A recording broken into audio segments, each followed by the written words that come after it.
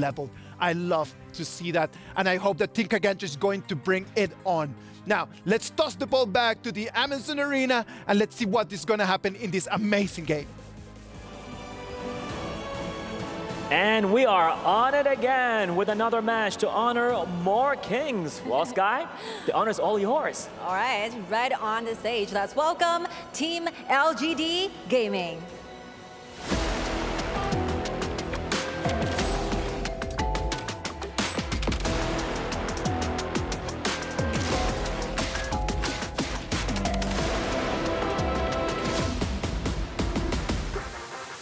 We're looking forward to see their impressive moves in the game. Just hope their opponent is ready for that aggression. Oh, they are absolutely ready, hailing all the way from Indonesia. Let's go with Kagendra.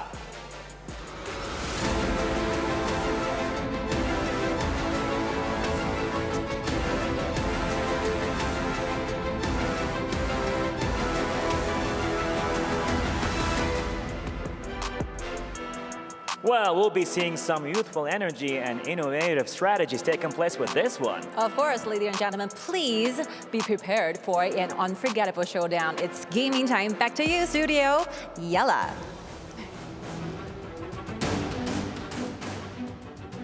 Oh, hello everyone, and welcome back to the Isle of Kings Invitational mid-season. Me and Blam are a bit all over the place, but a team that's not all over the place at the moment is LGD Gaming, being able to take that first game that they were able to play in this tournament against Team Secret, which was the rematch of that Season 2 Invitational. We were lucky enough to watch that as well, and it was a super interesting game to watch, whereas Kagendra on the other side unfortunately lost their first game, so they're looking to really try and bounce back.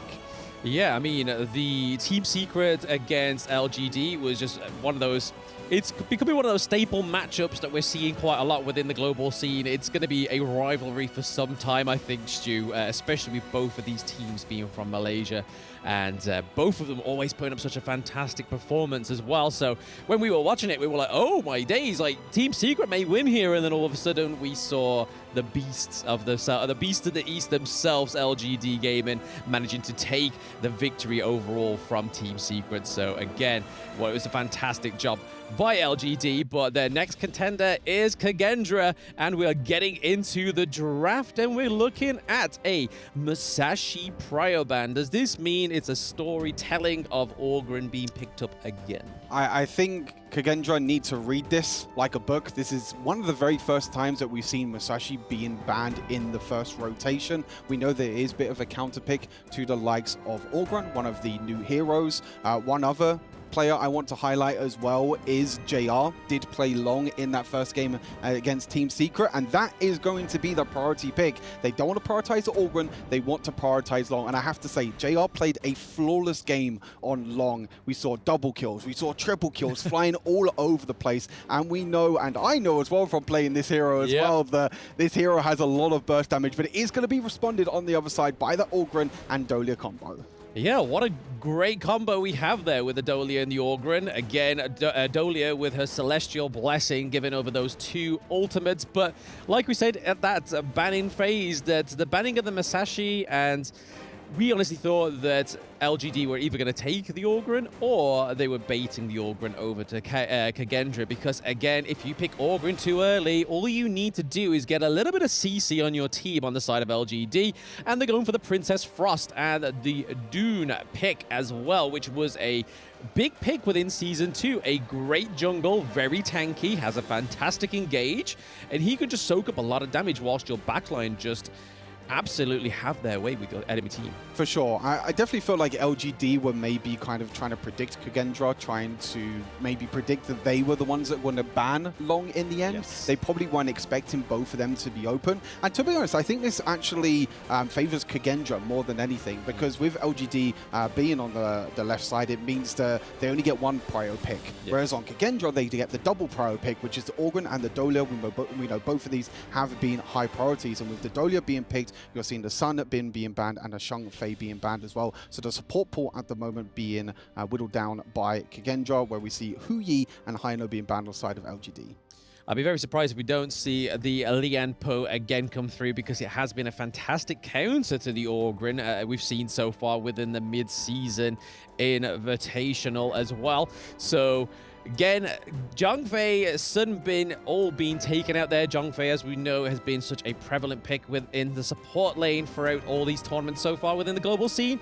And then we see the Hui Yi and the Haino getting banned as well. So Haino is another great flex pick, which we normally see in the mid lane, but in Season 2 had a big priority in that jungle. 100%, and we can see that a couple of other picks has come through. Derenji being the next option normally is the prio pick when the likes of Ali are off the board, the likes of Long are off the board, they go back to Derenji. Pretty decent in the early stages, especially with that Dolia being able to get the double stun with the ultimate, if you can chain that correctly. Mosey on the other side as well, so they're really going for a lot of crowd control. You have the crowd control from the Mayeen, the stun from the Mosey, the Princess Frost with the stun as well. So all this CC that they're trying to do against this Ogryn, because we know this Ogryn has so much mobility. He can go over walls. He's just super annoying when he stands really, really close and he gets in the face of the enemy.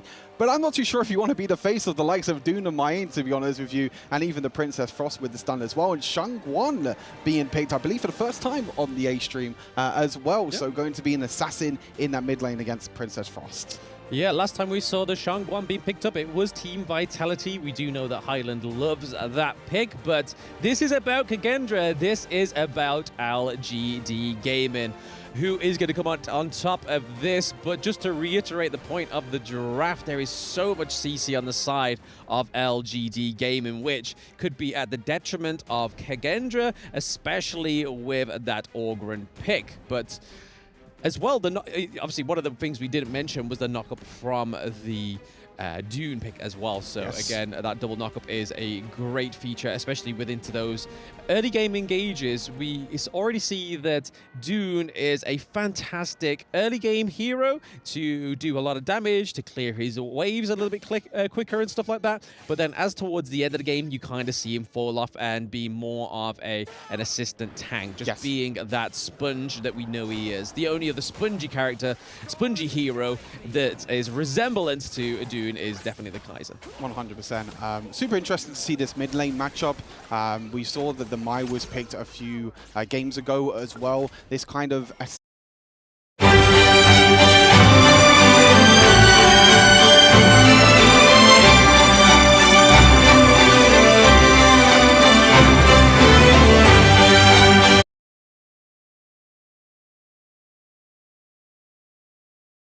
clear the waves when they're trying to push down towers. So it's really, in my opinion, about trying to get this Shangguan ahead, get Senku ahead, trying to get him a first.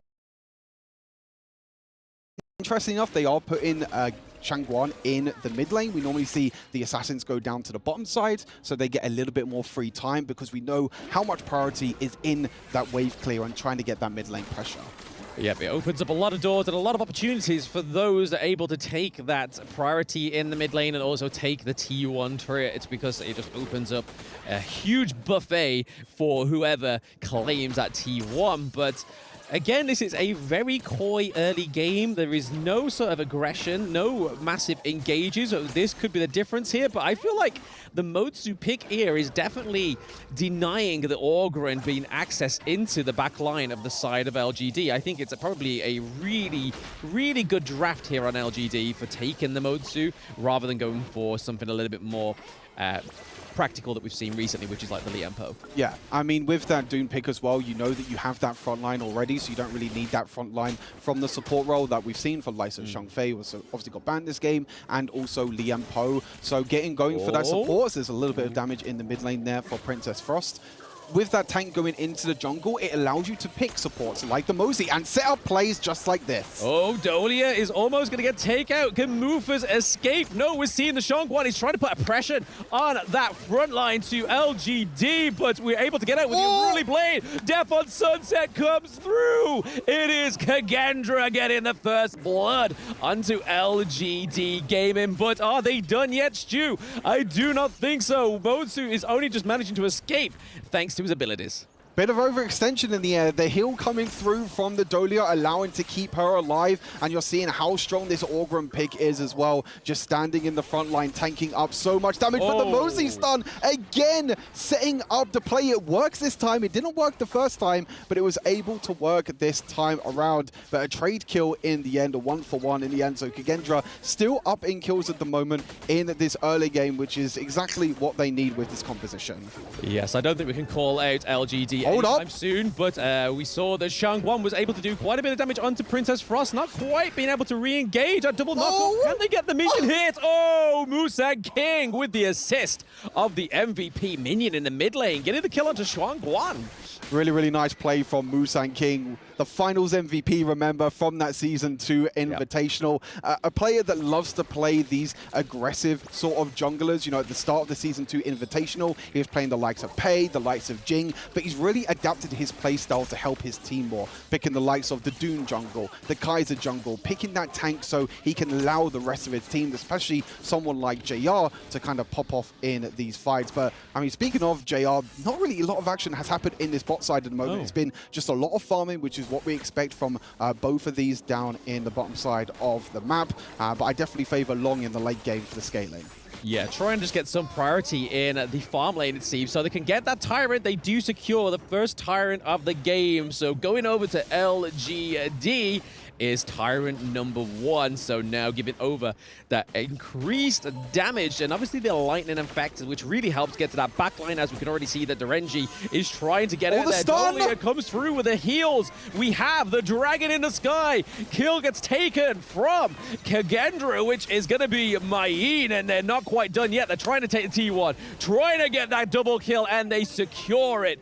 Mufas goes down. Beautiful play there from LGD, but they did lose their mid laner though in the mid lane, but it seems that Musang King is trying to trade back, not going to be able to in the end. But JR, perfect engage there. He was actually the one that took the tower aggro at the start. Then he used his ultimate to juggle the tower aggro. He made sure he didn't take any more damage, and it allowed the likes of Zhe and also Xiang, sorry, to be able, on the Mayin, to be able to tower dive underneath for 0-0, taking down that Derenji in the end. So perfect tower dive, well executed there from LGD. Yeah, even though they've got a victim of the First Blood, we are able to see a cross-the-map trade in terms of those T1 turrets. One up into the Clash lane, one down into the farm lane. So Kagendra really put in LGD's early game through their paces. They are not taking this lying down, but they are going down again. Orgrim going in.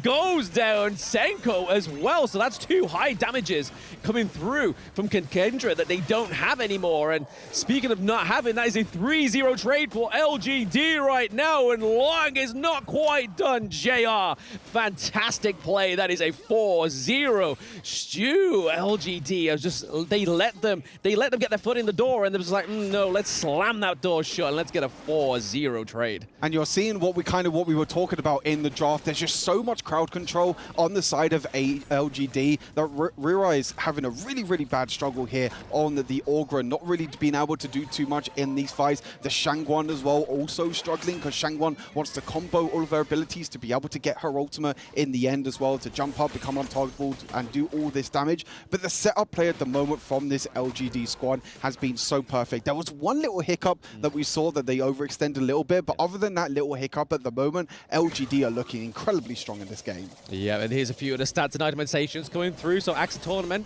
coming onto the Mayin, but a little bit less about that. We're seeing a bit more of a aggressive engage here from Kagendra. They are not quite done. They want to bring the fun to LGD. They don't want to be waiting to be the victim or be the one that's going to be cut out. But there we go. Hans takes down Princess Frost, and Mutsu in the back is getting assassinated by Hans as well. That is a double kill for the Clash lane on the side of Kagendra. JR goes down. Ooh, what a trade. 3-1 for Kagendra, answering back pretty nicely. I said that there was one hiccup from LGD. That's the second That's hiccup second. right there. You're seeing that LGD are having a few moments in this game where they're kind of struggling a little bit. They have maybe too much setup play in the end, that they're following every single engage that they're looking for. You can see the Mosey with that long-range stun and the setup, but they need to be extremely careful because the side of Kagendra can also counter-engage really well with the likes of the Orgren and the Shangwan. As we're going to see here, there's just so much AoE damage at the moment from the Orgren and also from the Elaine as well in the Clash lane. And even though JR was trying his best to do enough damage, he goes back in aggressive, but he's so low on HP that he's not able to do enough burst damage in the end. It does mean that Kagendra get that little bit of gold back that they really needed.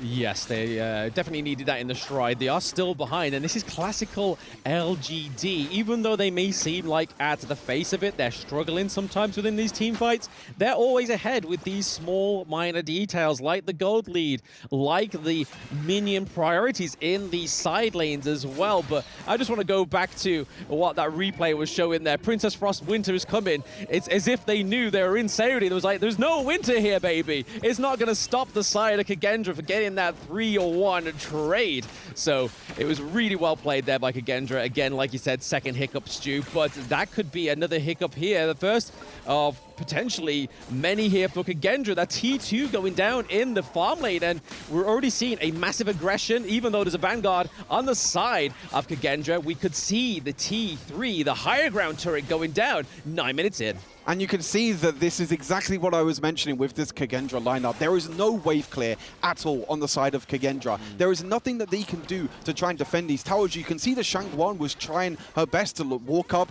try and clear these waves, try and get enough damage towards the minions. But there was not enough damage there at all to be able to clear the wave. And that meant that LGD can get that high ground tower in the bottom side of the match, which is going to allow them to get that pressure, which is going to be huge for when the 10-minute mark comes up, because they can take that Shadow Overlord and they can use that Shadow Vanguard to try and take even more high ground towers in the end.